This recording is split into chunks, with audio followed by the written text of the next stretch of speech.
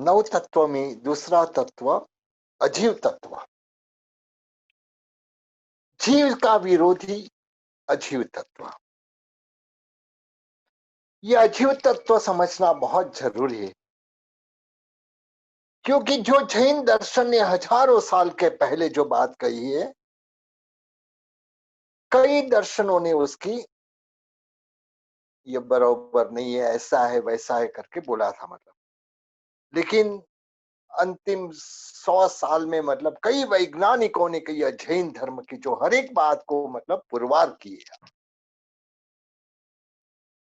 जैसे कि मतलब जैन धर्म में हमारे परमात्मा ने कहा था कि ये जो एक शब्द है, मतलब हम जो शब्द बोलते हैं वह भी पुद्गल है मतलब। तो पहले तो उन्होंने कहा कि शब्द कैसे पुद्गल हो सकते, और आगे जाके मतलब वैज्ञानिकों ने यह शब्द को पकड़ लिया मतलब। जैसे कि मतलब शब्द को फोनोग्राम, उस जमाने में फोनोग्राम था मतलब, उसके बाद में रेडियो, टेलीफोन, आज टेलीविजन वगैरह में मतलब शब्द को पकड़ के मतलब हर वस्तु मतलब की जाती। तो ये शब्द को पकड़िया, यदि पकड़िया कैसे मतलब इसमें यह पुद्गल है, इसके लिए पकड़ सके मतलब। तो इस तरह से यहाँ पे मतलब हमको यह समझना है।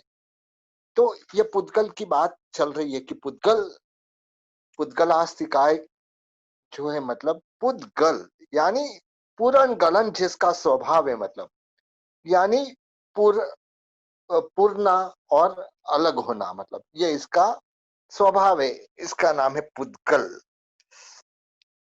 तो यहाँ पे मतलब 6 द्रव्य पैकी को एक प्रकार का संयोजन वियोजन की क्रिया सिर्फ एक पुद्गल में ही होती है मतलब, बाकी किसी में भी मतलब यह संयोजन वियोजन की क्रिया नहीं होती मतलब।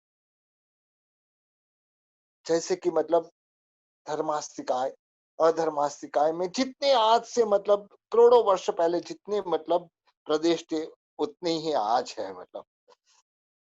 तो इस तरह से, और जीव भी मतलब ऐसा है कि जिसमें मतलब कोई एक टुकड़ा भी जुड़ता नहीं है मतलब, सिर्फ पुद्गल एक ही है मतलब जिसका पूरण और गलन दोनों मतलब होता है। तो इस तरह से ये पूरण गलन का स्वभाव वाला पुद्गल है मतलब। तो यहाँ पुद्गल के 4 प्रकार है मतलब, सामान्यतः स्कंद, देश, प्रदेश और परमाणु मतलब। और देश और प्रदेश स्कंद से प्रतिबद्ध होता है, और इसके लिए मतलब पृथक अस्तित्व नहीं होता है मतलब उसका। और परमाणु प्रतिपादन, जो परमाणु का जो प्रतिपादन किया है मतलब, वह जैन दर्शन को चाहता है मतलब।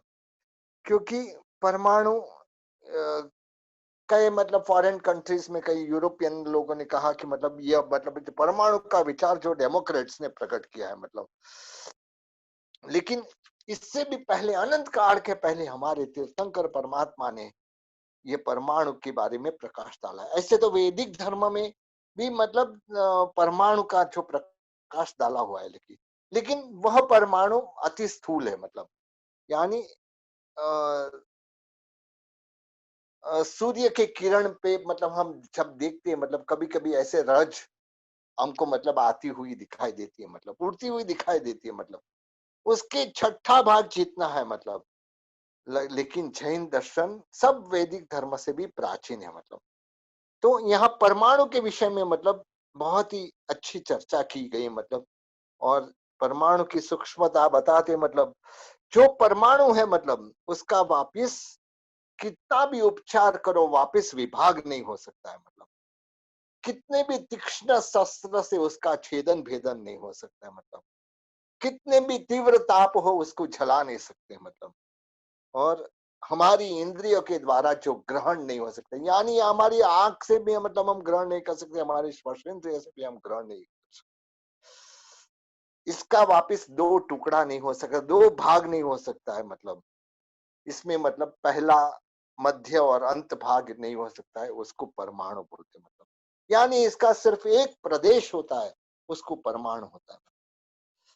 जो मतलब हमको ये प्रश्न हो सकता है मतलब कि जो अणु अभेद्य होता है तो उसका स्फोट विस्फोट क्यों होता है मतलब, जो बोलते हैं मतलब अणु बॉम्ब, एटम बॉम्ब जो बोलते हैं मतलब, अणु बम यानी क्या, अणु यानी मतलब यदि हम ये जो परमाणु को मतलब अणु मानेंगे मतलब, तो उसका विस्फोट कैसे होता है मतलब, क्योंकि अणु के विस्फोट से मतलब एटम बम जब फूटता है तब प्रचंड शक्ति उत्पन्न होती है मतलब। तो उसका मतलब यह है कि आज जो एटम बम वगैरह बन रहे हैं मतलब, वह जो वैज्ञानिक जो भी एटम वगैरह मान रहे हैं मतलब, वो वास्तव में मतलब यह अणु नहीं है मतलब, यानी यह स्कंद ही है मतलब, यह स्कंद ही है। स्कंद होता है तो उसका विस्फोट होता है, परमाणु का विस्फोट नहीं होता है मतलब। तो इस तरह से ये परमाणु जड़ होते हुए भी उसमें गति धर्म हो, यानी मतलब उसका गति वह चल सकता है मतलब, जगन्य से निकटवर्ती आत्म प्रदेश तक जा सकता है, और उत्कृष्ट से 14 राजलोक तक मतलब वह जा सकता है। तो इस तरह से परमाणु हर समय यह गति करता है, ऐसा नहीं है मतलब, कभी गतिमान होता है कभी स्थिर होता है। तो परमाणु को क्रियावान भी कहा है मतलब, कि परमाणु क्रियावान है मतलब वह क्रिया करता है मतलब। इस तरह से मतलब हमें परमाणु की बात, स्कंद यानी जो पूरा पदार्थ, उसमें से छोटा छोटा मतलब वापस स्कंद बन सकता है मतलब, उसका छोटा भाग यानी देश प्रदेश, उसका मतलब उसके साथ जुड़ा हुआ परमाणु जितना ही मतलब भाग और प्रदेश और परमाणु, ये जो मतलब जो अभी समझाया, जैसे परमाणु सबसे अविभाज्य जो रहता है मतलब, उसको परमाणु मतलब, वापस उसका विभाग नहीं हो सकता है उसको परमाणु।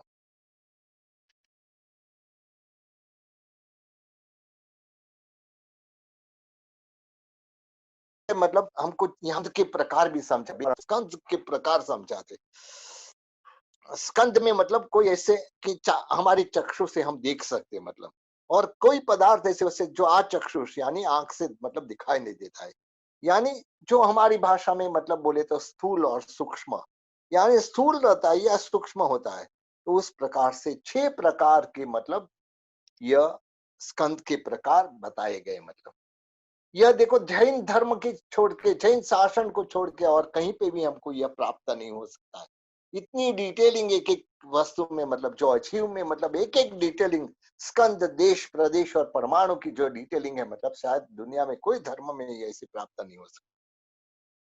तो यहाँ पे मतलब स्थूल और स्थूल मतलब, स्कंद में मतलब स्थूल और स्थूल का जो प्रकार है मतलब, जिसका स्कंद का छेदन भेदन हो सकता है, यानी उसका भेदन हो सकता है मतलब, और सामान्य से अन्यत्र वहन भी हो सकता है, यानी हम उठा के लेके जा सकते हैं मतलब, या उसको जो सॉलिड करते हैं मतलब, हमारी भाषा में सॉलिड कहते हैं मतलब, जैसे कि मिट्टी है, पत्थर है, कांच है मतलब, लकड़ा है, यह सब स्कंद है मतलब।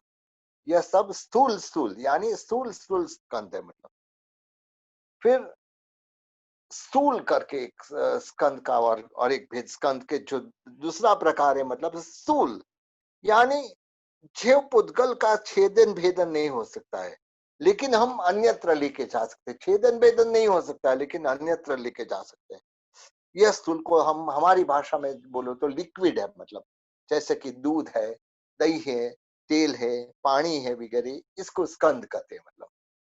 फिर स्थूल और सूक्ष्म, जो पुद्गल स्कंद का छेदन भेदन हो सकता है परंतु अन्यत्र नहीं लेके जा सकते, जो नेत्र से दृश्यमान होते हैं मतलब, जो हम आंख से देख सकते हैं मतलब, उसको स्थूल सूक्ष्म कहते हैं मतलब।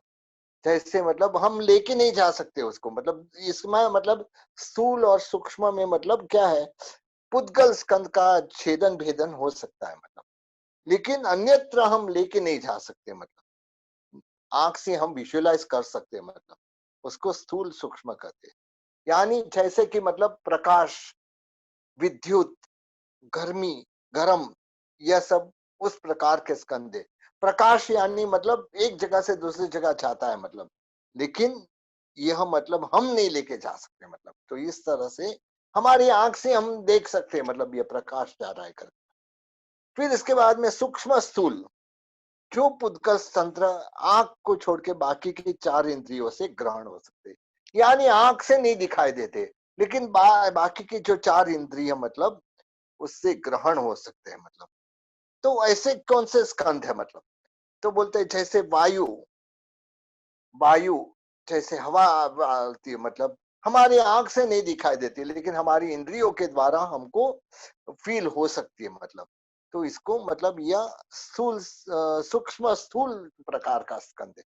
फिर एक सूक्ष्म जो पुद्गल स्कंद अतीन्द्रिय, यानी मतलब कोई भी इंद्रिय द्वारा ग्रहण नहीं हो सकता है, ऐसे मतलब सूक्ष्म अनविजिबल करके बोलते हैं, जो मतलब जो मनोवर्गणा, भाषा वर्गणा, कार्बन वर्गणा, ये तो हमारे तीर्थंकर परमात्मा का उपकार है कि उन्होंने यह सारी वर्गणा के बारे में बहुत ही अच्छी तरह से समझाया कि हमारी आत्मा जो मन में जो विचार कर रही है वो मनोवर्गणा का ग्रहण करके उसको विचार में परिणमित करते। भाषा वर्गणा के पुद्गल बोल के मतलब इसके द्वारा हम शब्द के द्वारा हम भाषा के रूप में परिणमित होते, और कर्मण वर्गणा के पुद्गल के द्वारा हम कर्म जो ग्रहण करते हैं मतलब उसको वापिस कर्म में परिणमित होता है। तो इस तरह से यह स्कंध को सूक्ष्म स्कंध कहता है। इसके बाद और एक सूक्ष्म सूक्ष्म नामक जो स्कंध है, मतलब उसकी बात कर रहे हैं, मतलब जो पुद्गल मनोवर्गण आदि से भी मतलब बहुत सूक्ष्म होता है, उसको सूक्ष्म सूक्ष्म कहा जाता है। उसके दो प्रदेश, तीन प्रदेश आदि स्कंद का ये प्रकार है, मतलब जिसमें मतलब खाली 2 या 3 प्रदेश रहते हैं, ऐसे स्कंद सूक्ष्म सूक्ष्म। मतलब आगे की गाथा 11वीं गाथा सदन धयार उज्जोय की ओर जाएंगे, मतलब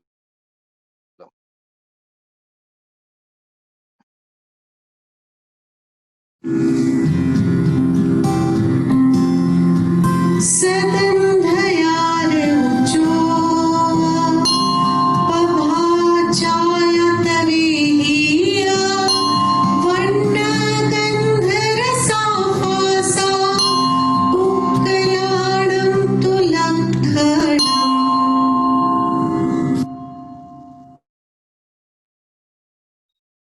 यहाँ पे हमें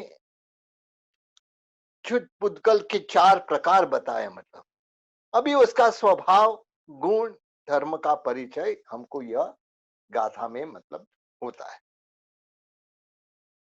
शब्द यानी शब्द, नाद, ध्वनि, स्वर वगैरह जो भी बोलते थे वह शब्द। इसके बाद में अंधकार, यानी जिसको तम बोलते, तमस बोलते, तिमिर बोलते, यह सब पर्यायवाची तब शब्द है अंधकार के, मतलब उद्योत यानी इसका उज्जोत करके बोलता है। प्रभा यानी कांति, छाया यानी प्रतिबिंब, आताप यानी ताप, तड़का जो धूप वगैरह बोलते हैं मतलब वह, वर्ण गंध रस स्पर्श, वर्ण यानी कलर, गंध यानी स्मेल, मतलब हम जो स्मेल ले सकते, रस बंदी यानी टेस्ट, फासा यानी स्पर्श जिसको हम टच करते हैं, मतलब पुगलानंतु लक्षणम, यह सब पुद्गल के लक्षण है। मतलब यानी शब्द, अंधकार, उद्योत, प्रभा, छाया, आताप, वर्ण, गंध, रस और स्पर्श, यह सब पुद्गल का लक्षण है। मतलब अभी पहले की गाथा में जो हमने मतलब पुद्गल के बारे में थोड़ा समझे, मतलब अब पुद्गल के सामान्य और विशेष धर्म की बात करते हैं। शब्द, अंधकार, उद्योत, प्रभा, छाया, आताप वगैरह पुद्गलों के विशेष धर्म है। मतलब यहाँ शब्द से मतलब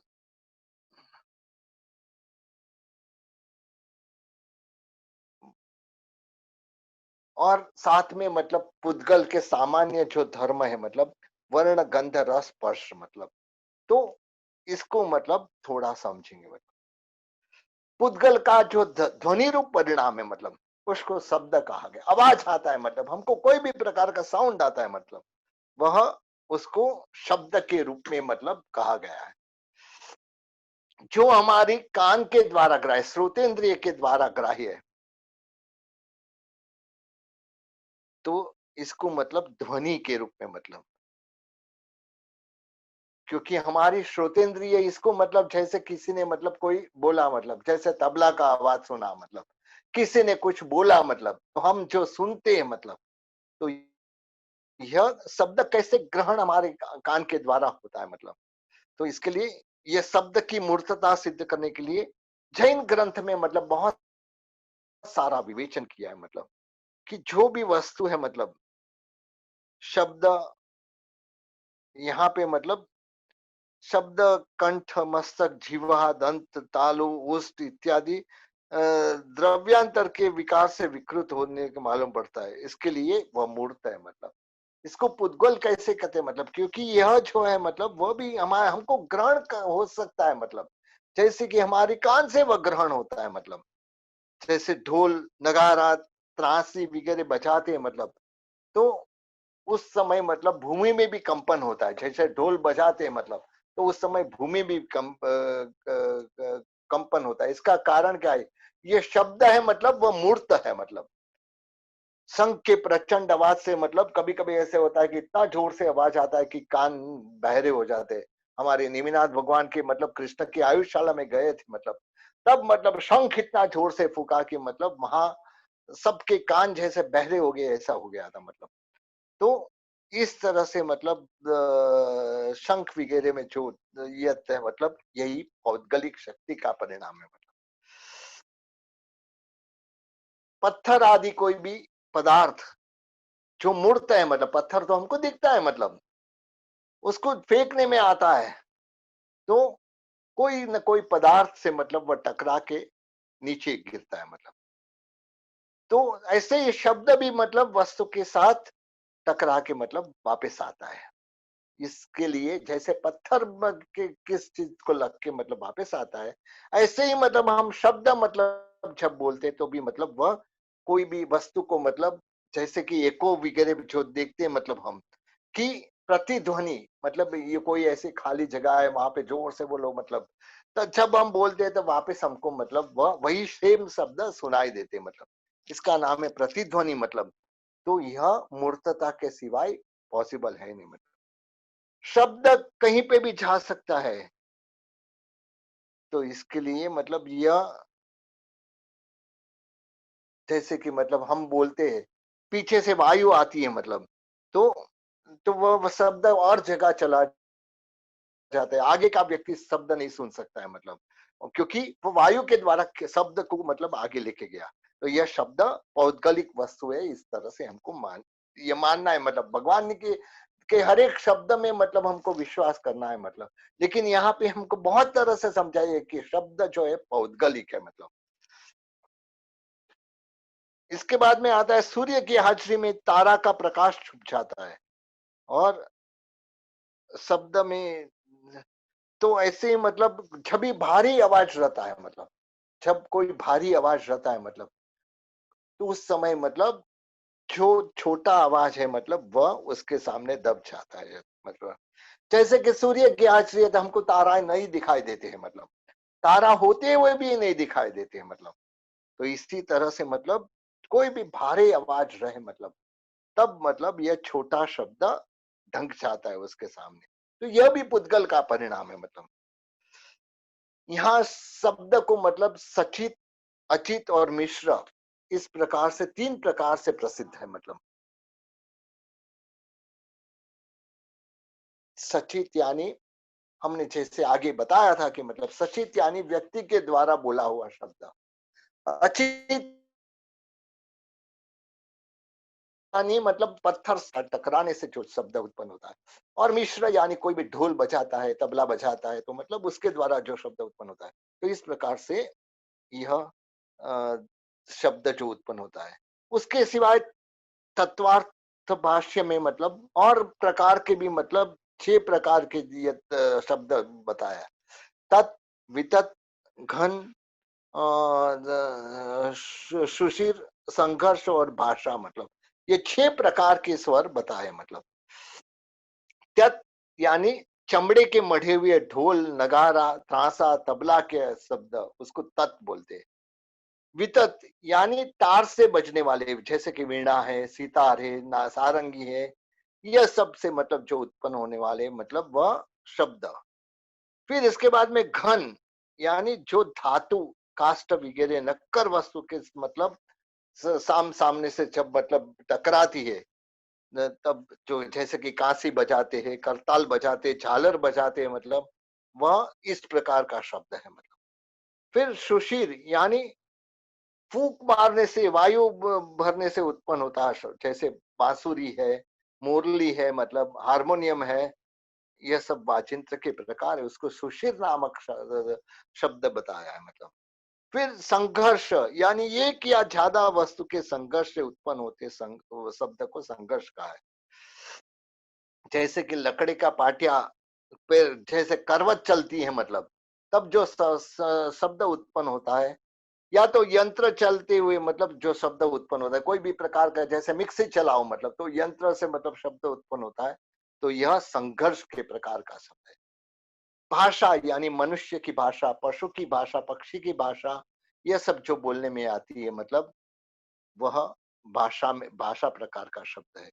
तो इस तरह से यह शब्द की गति भी बहुत झड़पी होती है मतलब, थोड़े समय में मतलब, एक समय में मतलब वह लोक के अंत तक पहुंच जाता है, 4 समय में तो समस्त लोक में व्याप्त हो सकता है मतलब। आज भी कहते हैं ना मतलब, आज भी वैज्ञानिक लोग पावापुरी में मतलब जो परमात्मा महावीर ने देशना दी थी, अंतिम देशना दी थी, उसके लिए मतलब वहां जो वातावरण से मतलब वह शब्द ग्रहण करने की कोशिश कर रहे हैं मतलब। यह हो गया शब्द की बात। शब्द के बाद आता है अंधकार। जैसे वस्तु को देखने में बाधा, जो पुद्गल का परिणाम है वह अंधकार है मतलब, उसको डार्कनेस समझो कहते हैं मतलब।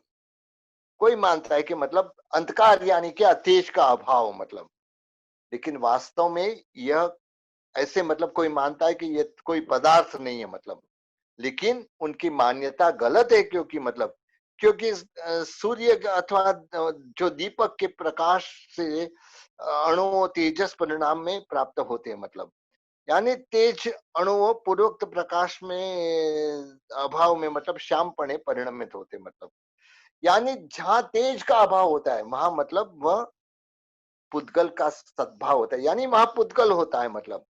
तो यहाँ अपनी दृष्टि को अंध करने वाले को अंधकार, अंधकार यानी क्या मतलब, हमारी दृष्टि को अंध कर दे मतलब, हम आंखों से देख सकते हैं मतलब, लेकिन हमारी दृष्टि को जो अंध कर दे उसको अंधकार कर दे मतलब। यहाँ और एक वस्तु भी विचारनी है मतलब, जो वस्तु के अभाव से होता है मतलब, कोई भी प्रकार का रूप के, कोई प्रकार का स्पर्श कैसे हो सकता है मतलब, जैसे कि अंधकार का तो श्याम रूप होता है, अंधकार काला है मतलब, और उसका स्पर्श ठंडा लगता है। जो भी अंधेरी जगह में जाएंगे वहां स्पर्श भी ठंडा लगता है मतलब, जो वर्णगंधर स्पर्श की अपेक्षा से भी मतलब यहाँ मतलब देते हैं। तात्पर्य यानी क्या है मतलब, मात्र अभाव नहीं है मतलब, यह पौद्गलिक पदार्थ है मतलब। तो यह हो गया मतलब शब्द अंधकार। फिर उद्योत, प्रभा, आताप वगैरह, ये प्रकाश के भेद है मतलब।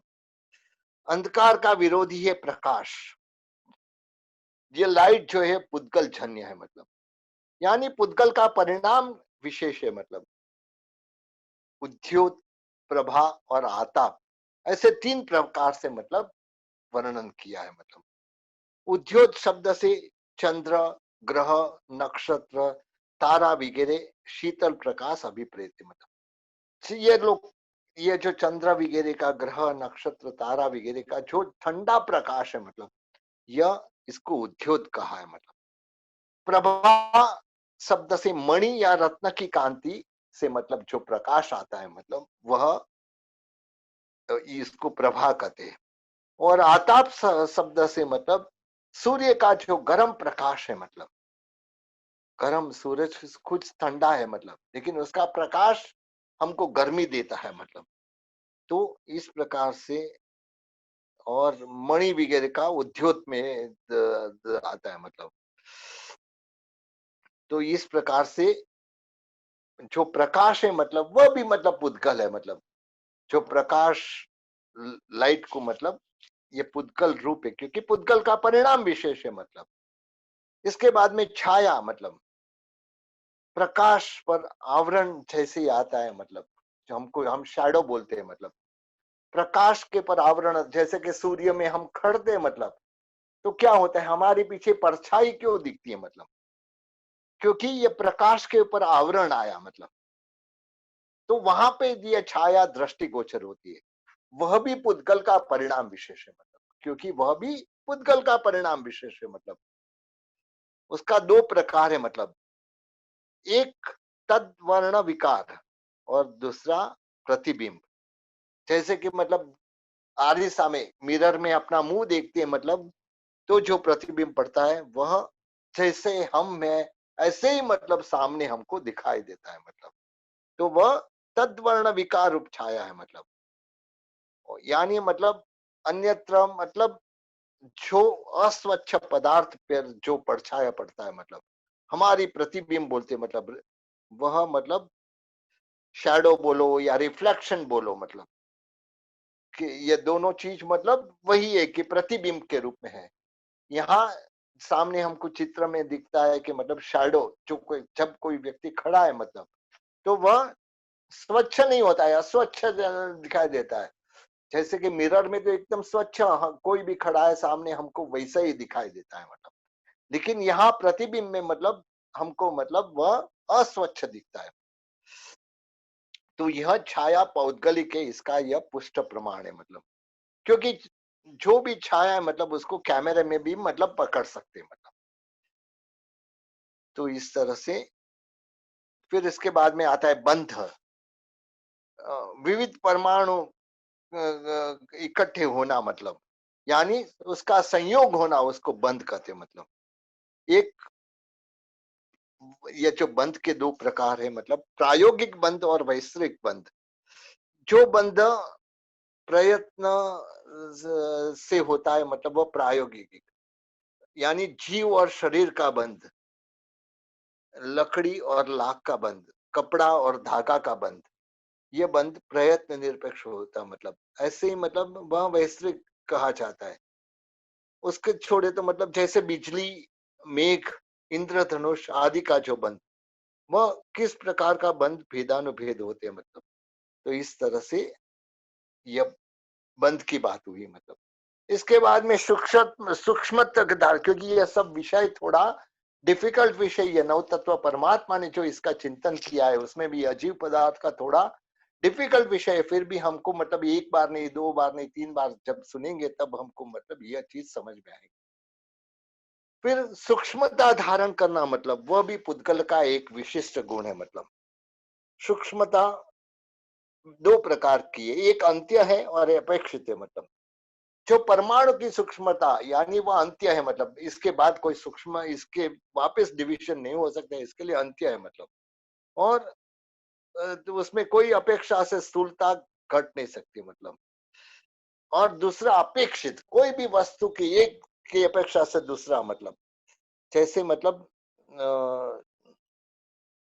जैसे कि मतलब आंवला है, दाड़म है, मौसम्बी है, सफरजन है, मतलब जैसे कि मतलब कलिंगर है, मतलब तो एक की अपेक्षा से दूसरा मतलब छोटा है, मतलब एक की अपेक्षा से दूसरा छोटा है, मतलब जैसे कि मतलब मौसम्बी मतलब कलिंगर के पास मौसम्बी छोटी है, मतलब ऐसे उससे भी मतलब आंवला छोटा है, मतलब उससे भी मतलब जो बटाना या चना मतलब छोटा है, मतलब तो इस तरह से यह इसको अपेक्षित सूक्ष्म करके बोलते हैं, मतलब इसके बाद में आता है स्थूलत्व। स्थूलता धारण करना, मतलब ये पुद्गल का विशिष्ट गुण है, मतलब स्थूलता दो प्रकार की, एक अत्यंत और एक अपेक्षित। यानी केवली समुद्घात के वक्त मतलब जगत व्यापी अचित महास्कंद होता है, मतलब वह अंत्य से, यह केवली समुद्घात के बाद जब समुद्घात में हम समझे तब मतलब आती है।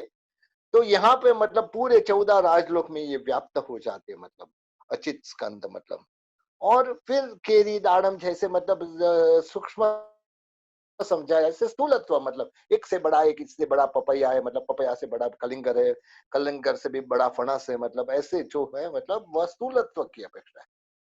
फिर संस्थान, संस्थान यानी आकृति, शेप्स, हमारे में जो शेप्स बोलते हैं, मतलब इसमें मतलब शेप या दो प्रकार के, इत्थम भूत और अनित्थम भूत। जो आकृति अन्य आकृति के साथ तुलना की जा सकती है, मतलब वह इत्थम भूत है, मतलब और जिसकी तुलना नहीं कर सकते वह अनित्य भूत है मतलब, अथवा फिक्स आकार है मतलब वह इत्थम भूत है। और मेघादि जैसे मतलब बारिश का जो आकार है मतलब अनियत है, कभी बड़े बड़े बड़े मतलब कभी आकाश से मतलब बड़े बड़े फोड़े गिरते हैं, कभी छोटे छोटे मतलब वह गिरते हैं मतलब, तो अनियत है मतलब, तो अनित्थम भूत होते हैं मतलब। इस तरह से ऐसे मतलब ये जो संस्थान के 5 प्रकार बताए, परिमंडल यानी बाहर से गोल और अंदर से पोला मतलब, जैसे कि चूड़ी, चूड़ी जैसे रहती है मतलब वो उसको परिमंडल बोलते हैं मतलब। फिर इसके बाद में वृत्त, बाहर से गोल और अंदर से भरा हुआ, कुंभार का जो चक्र है मतलब उसको मतलब अंदर से भरा हुआ है और बाहर से गोल है मतलब। फिर इसके बाद में त्रिकोण यानी ट्रायंगल जो बोलते हैं मतलब। फिर स्क्वायर, चौरस बोलते हैं मतलब। और आयत यानी दीर्घ मतलब, जैसे कि डंडा मतलब, डंडा लकड़ी है मतलब डंडा, तो वह ऐसे लंबा है मतलब। तो इस तरह से यह संस्थान की सूक्ष्मत्व स्थूलत्व संस्थान की बात। अभी मतलब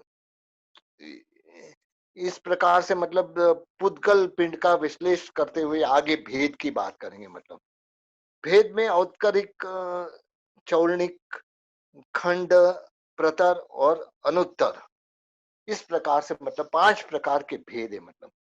यानी पुद्गल पिंड का विश्लेषण यानी विभाग करना, उसका नाम है भेद।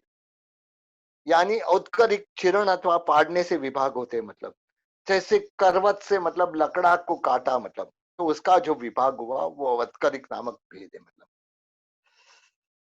फिर चौर्णिक यानी कण कण रूप में चूर्ण होना मतलब, यानी जैसे घी को मतलब घंटी में पीसा गया तो आटा होता है मतलब, उसको चौर्णिक के रूप में गिना जाता है।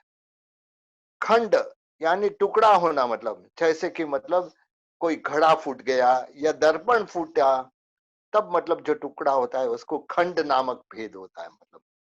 फिर प्रतर यानी पड़ उखाड़ना मतलब, जैसे मतलब हम अभ्रक वगैरह होता है, पैकिंग में यूज होता है अभ्रक, उसमें से एक एक पड़, हम छोटे थे तब सबने मतलब किया होगा, एक एक अभ्रक के पड़ अलग अलग करते थे मतलब। फिर अनुत्तर, जो छाल वगैरह निकालना मतलब, जैसे मतलब गन्ने का की छाल निकालना मतलब, उसको गन्ने से अलग करना, तो इस प्रकार से यह सब भेद में आता है। तो इस तरह से यहाँ पे मतलब हम आज और आगे मतलब वर्ण गंध रस और स्पर्श मतलब, यह जो पुद्गल की बात है मतलब, वर्ण यानी 5 कलर, जो सफेद, पीला, लाल, लीला और काला मतलब, ये 5 वर्ण मतलब, यह इसके साथ में मतलब ये मूल वर्ण है मतलब, इसके साथ में मिक्सिंग के द्वारा कई प्रकार के वर्ण जो होते हैं, आज हजारों वर्ण मिलते हैं, लेकिन मूल ये 5 वर्ण है मतलब, इसके द्वारा मिक्सिंग के द्वारा होते हैं शब्द। फिर आता है गंध के 2 प्रकार, सुरभि गंध और दुर्भि गंध, यानी हम सुगंध और दुर्गंध जो बोलते हैं मतलब, वह इस तरह से यस, यह भी स्कंद में मतलब या तो किसमें सुगंध रहती है या किसमें दुर्गंध रहती है मतलब। और यथासंभव वर्ण होते हैं मतलब। इसके बाद में रस यानी कड़वा, तीखा, तूरा, खट्टा, मीठा मतलब, ये परमाणु जो रहता है कोई भी एक प्रकार का रस होता है मतलब, यानी स्कंधों में ये 5 रस यथासंभव होते हैं मतलब। फिर स्पर्श 8 प्रकार के, शीत, उष्ण, स्निग्ध, रुक्ष, लघु, गुरु, मृदु, कर्कश, ये परमाणु में मतलब शीत और स्निग्ध, स्निग्ध शीत और रुक्ष, अथवा उष्ण और स्निग्ध, या उष्ण और रुक्ष, इस प्रकार 4 प्रकार में से कोई भी एक प्रकार, दो स्पष्ट होते मतलब। सूक्ष्म परिणामी स्कंधों में शीत, उष्ण, स्निग्ध और रुक्ष के 4 स्पर्श होते, और बादर परिणामी स्कंधों में 8 स्पर्श होते मतलब। तो यह जो सूक्ष्म परिणामी स्कंध है उसमें मतलब ठंडा रहता है, गर्म रहता है मतलब, स्निग्ध और रुक्ष रहता है मतलब। बाकी बादर जो परिणामी है उसमें ये 8 प्रकार के मतलब, कोई हमको मतलब कोई वस्तु ने पकड़ी मतलब तो हमको ठंडी लगती है मतलब, जैसे बर्फ हाथ में पकड़ा तो हमको ठंडा लगता है मतलब, तो यह शीत प्रकार का। ऐसे ही कोई गर्म वस्तु पकड़ी मतलब, कोई गर्म किया हुआ वस्तु हमको दी मतलब, तो वह हमको गर्म लगता है। स्निग्ध और रुक्ष मतलब एकदम लीसा वस्तु दी मतलब, मार्बल दिया मतलब या ऐसे कुछ दिया तो हमको एकदम स्निग्ध लगता है। रुक्ष यानी कोई ऐसा पत्थर जैसा दिया कि मतलब जिसके द्वारा हम स्पर्श करें तो मतलब हमको वह लगता है। ऐसे लघु और गुरु मतलब जो हल्का और भारे भी, मतलब हम हाथ में पकड़े, जैसे रुई दिया तो हल्का लगता है और पत्थर दिया तो भारे लगता है मतलब। तो इस प्रकार से मतलब ये जो स्पर्श है मतलब, तो यह पुद्गल के परिणाम है। ये जो परिणामों के स्कंद रूप परिणाम में मतलब यह सब जो यह स्थिरता रुक्षता वगैरह मतलब हमको जो दिखाई देते हैं मतलब, इस तरह से धर्मास्तिकाय, अधर्मास्तिकाय, आकाशास्तिकाय और पुद्गल आस्तिकाय के लक्षण कहे गए मतलब। अभी मतलब हमको काल का लक्षण समझना है मतलब। और परंतु मतलब ज्यादा मतलब काल तो हम सब मानते हैं मतलब, हम भाई कौन से काल को मानते हैं मतलब, काल जैसे कि मतलब हम दिन मानते हैं, रात मानते हैं, 15 दिन मानते हैं, महीना मानते हैं, वर्ष मानते हैं, मतलब ऐसे उससे आगे आगे मतलब जो मानते हैं, ये सब काल की बात है मतलब। तो यहाँ उससे भी मतलब जो हमारे परमात्मा ने जो बताया हुआ काल, जो समय बोलते हैं मतलब वह सब आवली का बोलते हैं वगैरह, सबकी बात काल की आएंगी। आज का समय यहाँ पूरा हो रहा है।